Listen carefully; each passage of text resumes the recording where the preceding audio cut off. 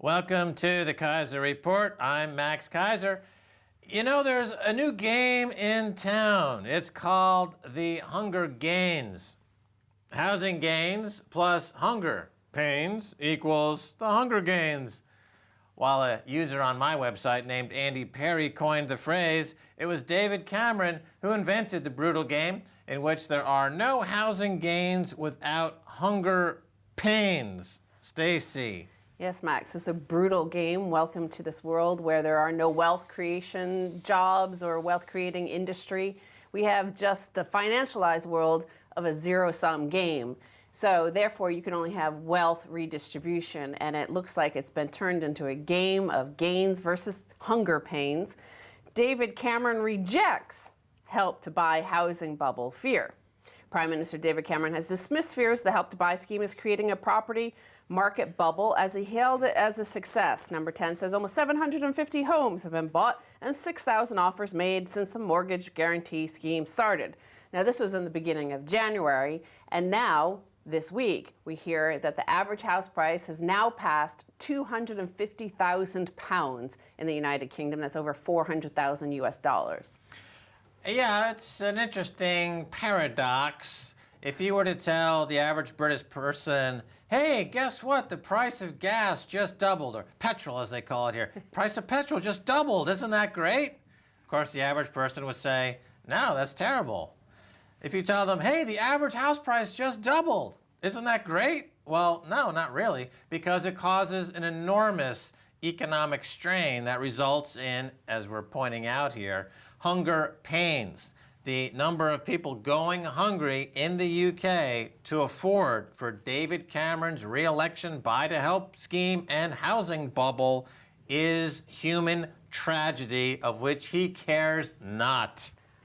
Well, Shelter, which is the homeless charity here, has warned that prices are spiraling out of control, and they're seeing a huge rise in homelessness because of not only the house price gains, but also the inflation. Yes, the way that inflation is calculated does not include the daily necessities in the proportion that people consume them. If you were to do an accurate reading, you would end up with an 8 to 9% inflation with wages barely moving, which is leading to poverty. So now, Vince Cable had said there's a raging housing boom in London, and of course, house prices here in London are up over 12% in the past 12 months.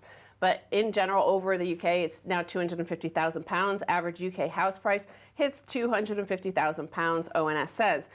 So this is the Office of National Statistics, and they said that in 2013, house prices rose by 5.5%, though the Nationwide says that it actually rose 8.4% across the UK, including London, which is over 12%.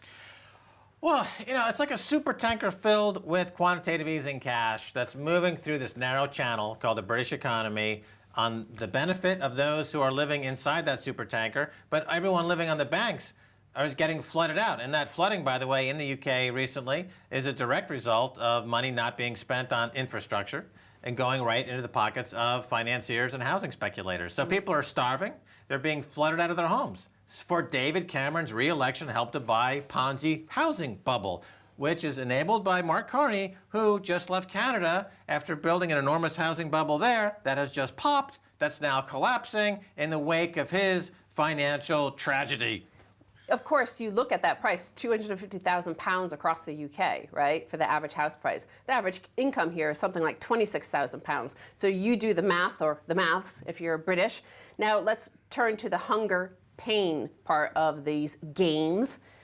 David Cameron defends moral benefit cuts, says they bring hope. David Cameron has denied that benefit cuts are plunging people into poverty, saying they actually give people hope. The Prime Minister hit back at criticism from the head of the Roman Catholic Church in England and Wales, insisting that they were part of his moral mission for the country. Well, David Cameron is a troll. And what I mean by that is there is some study done recently to examine the psychological profile of a troll, and they found that they are sadistic and cruel. Yeah. And David Cameron is sadistic and cruel in his interpretation of economics, which suggests that by cutting people's benefits to make more money available for housing price speculation is somehow sound economic policy. That's beyond just making bad decisions. That's sadistic and cruel. Yeah, and now remember the first part where we're talking about the housing gains, he kept on rejecting. He rejected the notion that his plans, his policies of the Help to Buy were causing it. Here he's denying his policies are causing the hunger.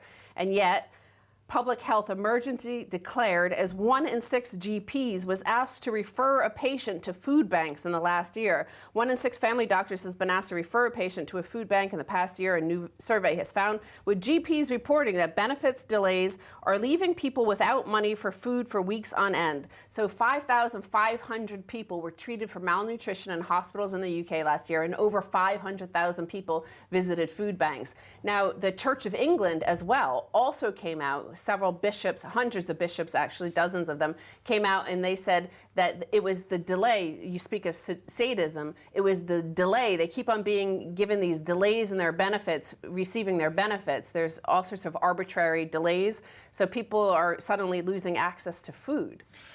Yes, Mark Carney, the Bank of England chair, speaks of the UK economy achieving escape velocity. The idea being that if we keep the housing bubble pumped, at some point it will trickle down to the masses.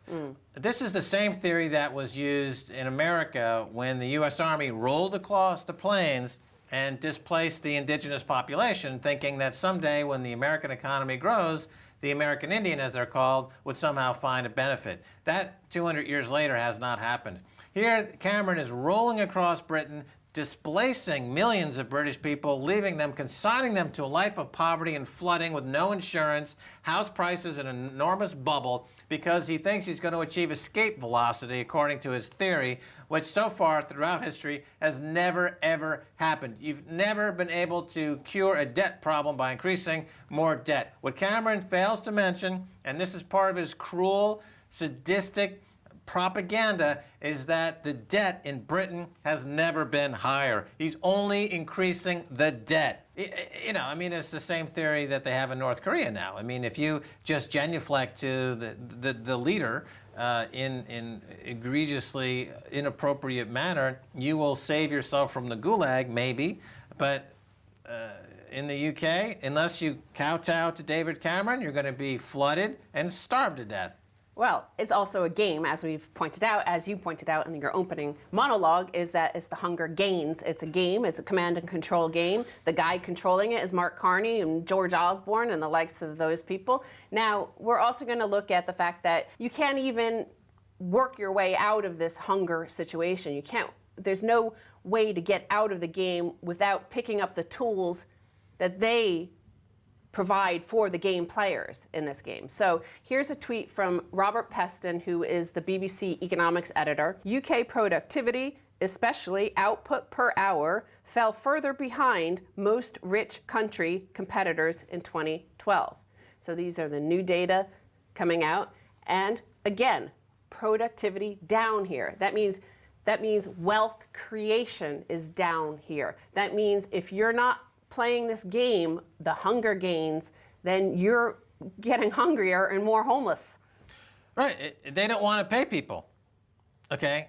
What he's talking about there is the hours worked for an hour's pay is getting less money. Well, you're creating less wealth with every hour you're working because there's nothing to do but to sell a burger at McDonald's. And there's this misallocation of capital, as we talked about previously. The fact that they don't want to pay anybody. In other words, exactly. they only want to pay these bonuses to bankers for speculating on the housing bubble and creating financial mayhem. They don't want to pay people to work an hour. Wages and labor are just not needed. As we've explained before, the tax revenue needed to service the debt is not needed from collecting taxes from the average British citizen, because they just go to the Bank of England and they print the money to pay their schemes. They don't need labor. They're expendable. They don't need the citizens to work. They don't need their taxes. They don't need them. So they treat them like garbage. And Cameron just in the face of the British citizen because he doesn't need them. He just needs them to come around every once in a while and vote. And of course, to get the vote, they don't care if they stage some kind of horrific catastrophe in some foreign land, create a catastrophe,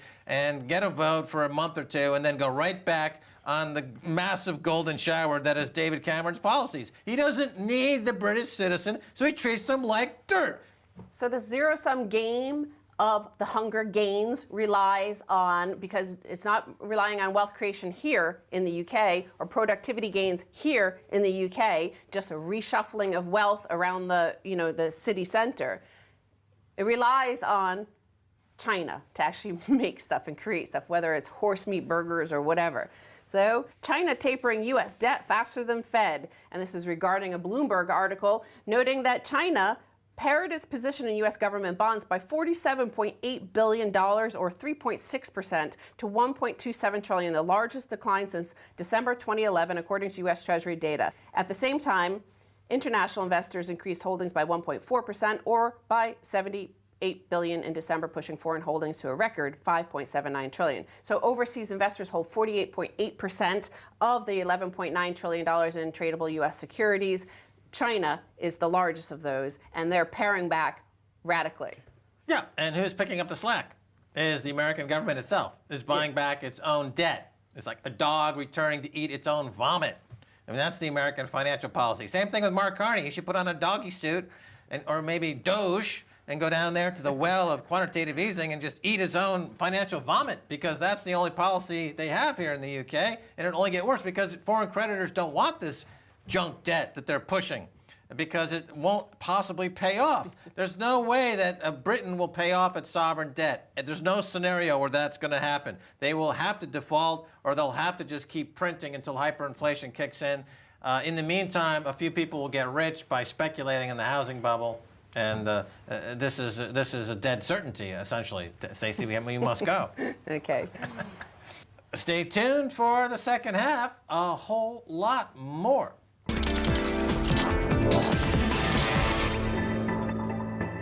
Welcome back to the Keiser Report. I'm Max Keiser. Time now to turn to Alistair McLeod of goldmoney.com. Alistair, welcome back to the Keiser Report. It's my pleasure, Max. All right, you wrote something fascinating here. Quote, the redemption of emerging market currencies into the U.S. dollar mirrors pre-World War I bank runs, except on a global scale. Talk about it. Right. To understand the point, you have to bear in mind that before the First World War, we were on a gold standard. The world was on a gold standard. And you could exchange your dollars for gold. You could exchange your pound notes for sovereigns. So the amount of paper that was built up in the global economy was essentially exchangeable into gold. Now that failed because the weight of paper grew too large. We now have a situation where, cut the gold, we've now got the dollar. That is the reserve currency. So in effect, all the currency in all the world is pyramided, if there is such a word, on top of the dollar. So we have a situation which is essentially unstable in the event that there is a run out of other currencies back into the dollar, or out of the dollar into other currencies, which would be a second order, as it were. So the dollar is world reserve currency, and it is the base of a pyramid, so to speak, where all other currencies are basically collateralized by the U.S. dollar. So you're making the comparison pre-World War I, where all the global currencies were backed essentially by gold. You had a gold standard. The gold was the medium of exchange on a global basis, and that broke down, and it led to World War I. Is that a fairly common accepted wisdom by historians that World War I, because a lot of people talk about World War I and they say it was, the Archduke of Ferdinand got assassinated, and it was an accident. It's in the news now. It's the 100th anniversary. Right. Yeah. So I mean, but can we look back and say this gold relationship and the breakdown as you describe it was really more, I think, part and parcel of why these events? Yeah, I think World War I actually started for different reasons. You have the character of the Kaiser and his cousins, the Tsar and also our king. Different spelling, by the way, than Max Kaiser. Different spelling, indeed. The thing really sort of got out of control, and it looked like World War I. I mean, it's still controversial today how it started. So that was an accident, and I don't think it directly had anything to do with gold. The difference between the gold standard and the dollar as a reserve currency is that the gold standard worked on a fixed price. You could exchange your pounds for a fixed amount of gold, your dollars for a fixed amount of gold. There is no fixed price at all between the minor currencies and the dollar. Okay, so... But nonetheless, we do have this pyramid, and the pyramid is absolutely massive. I mean, for example, if you take the combined money supply of the next 50 currencies other than the dollar, we're looking at a total, call it M3 if you like, global M3 of around about $67 trillion equivalent. On top of that, you've got shadow banking. The Financial Stability Board, which at the time was headed by Mark Carney and a committee set up by the Bank of International Settlements, calculated in 2011 that shadow banking worldwide was $67 trillion. Sorry, I'm talking trillion dollars. I think I said billion earlier. So you add that into it. Now today, given the acceleration of shadow banking in China, we're probably looking at about 75 trillion. Now if you add up all these bits and pieces, you've got US M3, you've got global M3, and then you've got shadow banking. The gearing is roughly 40 times the monetary base in the United States. But if you take it even further and you say, what was it relative to the monetary base before the Lehman crisis, you end up with about 130 to 140 times. This is some gearing, and it's potentially very unstable. Okay, you mentioned a few things there. So we'll touch on World War I again briefly and then move on. But the point being that pre-World War I, you had currencies that were trading off gold, and the price of gold was known and the value was accepted. The difference being here, you've got dollar as a world reserve currency. Everything's priced in the dollar, but that value of the dollar is highly subjective. There is no clear It's subjective. There is no fixed exchange rate between these currencies and the dollar. Starting in 1971, the world went on this global fiat currency experiment when Correct. the U.S. closed the gold window. So everything is massively in flux. Yeah. But we do know that the amount of gearing or leverage has increased almost exponentially. Yes. And you're saying now that it's higher than the pre-Lehman situation. Post-Lehman, let's talk about that for a second, because after Lehman collapsed, the idea was we'd have some reform, we'd have some attempt to rein in the speculating. That may have been the intention. Right. We had no reform. We had no reining in of speculation. Sorry. It's just gone. The quants, the quantitative analysts on Wall Street said that the problem was not massive debt. The problem was we got our calculations wrong. We're gonna redo our calculations, Yeah. and we're gonna double, triple, quadruple debt. It's just a repeat of the same madness, correct? Absolutely. The solution to the Lehman crisis was to issue as much currency as it took to rescue the banks and stabilize the financial system. That is the inheritance we have today, and that is why we have got a money bubble of the proportions I've just described. It has its roots, in effect, in the Lehman crisis. And you see, but at this moment, though, you do see evidence of a bit of a bank run. Well, the potential is there. When we had the second tapering announcement, you saw that there was a big wobble in the Indian rupee, the Turkish lira, the Argentinian, and so on and so forth. All these sort of minor currencies suddenly sort of caught a cold. It then sort of settled down. Now, the reason that these minor currencies catch a cold is because they are entirely dependent on the balance of reserves they have in dollars to defend the currency, and the amount of money, cross-border investment, that has gone into those economies to puff them up really from the days of the Lehman crisis, or more specifically, could probably go back to the year 2000. So if that money, if that international footloose money decides that the returns are not there, and suddenly it is a question of risk rather than profit, then that is going to start flowing in the opposite direction. We then have the scenario which will look very, very like the post-Credit Anstalt crisis in 1934. I think it was 33, 34. So you can see that these flows are very, very important. And the reason that I highlight this is that this is a time when the Fed has decided to try and slow down the creation of money by introducing tapering on a month-per-month basis. And at the same time, China, the authorities in China have become very, very spooked about what's happening to money and credit in their own economy, and they're trying to rein that in. And you can see that the initial effect of that has been sort of a developing crisis, potentially, in the shadow banking system, where all these coal mines and all the rest of it, who financed themselves through off-balance sheet lending, where people bought shares in a trust which was set up specifically to collateralize a loan for this coal company, that coal company. These are coming unstuck. And China now has the problem. Does she rescue these things and say, look, we're not printing any more money. We're not allowing the expansion of bank credit anymore. If you made the wrong investment, it's down to you, mate. Do they say that, or do they rescue it? And that's where we are now. And so we've got the two largest economies in the world who have got this problem. And they are threatening to put the whole of the international investment flow situation into reverse. And that is a big, big danger. Now, I don't think it's necessarily going to carry through, because at some stage, I would assume that the Chinese and the Americans, the Fed, would back off and say, our priorities have changed, and the threat now is to the economy from the global economy. They will come up with something else. But the way it looks at the moment, it is actually a very dangerous situation with all that monetary gearing. And that is the point I was trying to make. Now, 2008, the Lehman crisis, the Fed printed unprecedented amounts of money, quantitative easing, et cetera. And then we find out later that most of it went to foreign banks. They went to Deutsche Bank, it went to BNP, it went to Societe Generale, and some Americans were outraged that, this money didn't go to U.S. People, it went to foreign banks.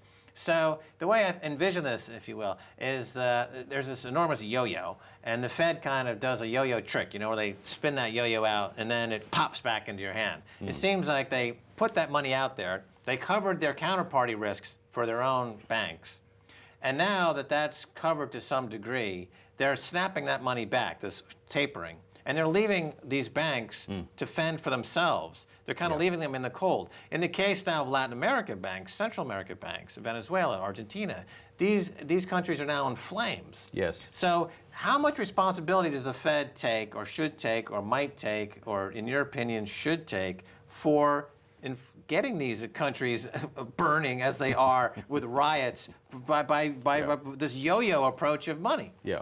Well, if I had anything to do with it, we wouldn't have got into this situation in the first place. The problem I think the Fed faces is that, having embarked on the post-Lehman strategy of we will rescue the system, whatever happens, we will rescue it. We will produce enough money to do it.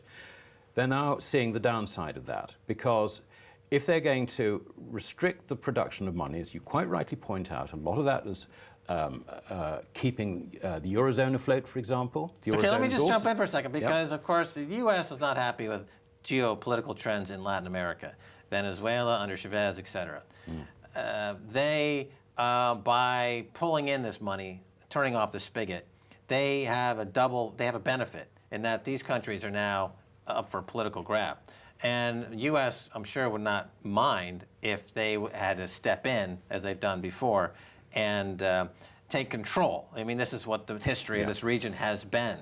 But let's just look more on a global basis here, because as you point out, the key counterparty in all this is really China. And because China's really vying with the U.S. for economic global supremacy at this point. And as you describe it, the money's being pulled back. China's shadow banking system has been revealed. They're scrambling to cover what looks like a huge gap in their books by bad any debts, by any description. So, but we also know that at the same time, China has been very aggressively accumulating gold. So the question is, did they see this coming? That's why they've been buying gold. And now that it's here, their worst nightmare, perhaps, do they have enough gold to cover their butts? So, to put it in inelegant terms. I would put it perhaps even more basically than that, and that is that China has effectively cornered the gold market. The amazing thing is that our statisticians in the West don't want to accept this. Well, talk about this. What do you mean they've cornered the gold market? Talk about this. Well, if you look at the amount of gold delivered into the public by the Shanghai Gold Exchange, that last year was around about 2,200 tons. Not the 1,063 tons which the WGC managed to identify. Their official reserve number. No, I'm talking about into the public's hands. Yeah, into the public's hands. On top of that, gold was also retained by Hong Kong, and there are cross flows between the mainland and Hong Kong. And if you include Hong Kong, you're looking at a figure, including about 50 tons of coins, of around about 2,800 tons. Now that is almost the same as world mine production. But there is a sting in the tail, because China is the largest producer of gold. And according to the China Gold Association, she produced 430 tons approximately in 2013.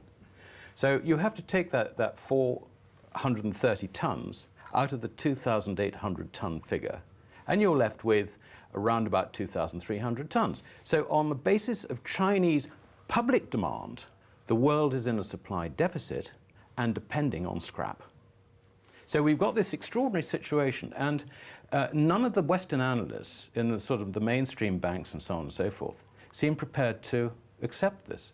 But it's there. I mean, these are the hardest statistics we have. Okay, we've got about 10 seconds. So just my question, though, do they have the gold needed to go into this financial currency war at this time? Are they well positioned for this currency war? Yes or no? We got about 5 seconds. My suspicion is they knew what the situation was in the West, and they thought this was a very good strategic ploy. Fair enough. Okay, Alistair, we got to go. Thanks for being on the Keiser Report. That's my pleasure. All right, that's going to do it for this edition of the Keiser Report with me, Max Keiser, and Stacey Herbert. I'd like to thank my guest, Alistair McLeod of goldmoney.com. If you'd like to contact us, tweet us at Keiser Report. Until next time, bye, y'all.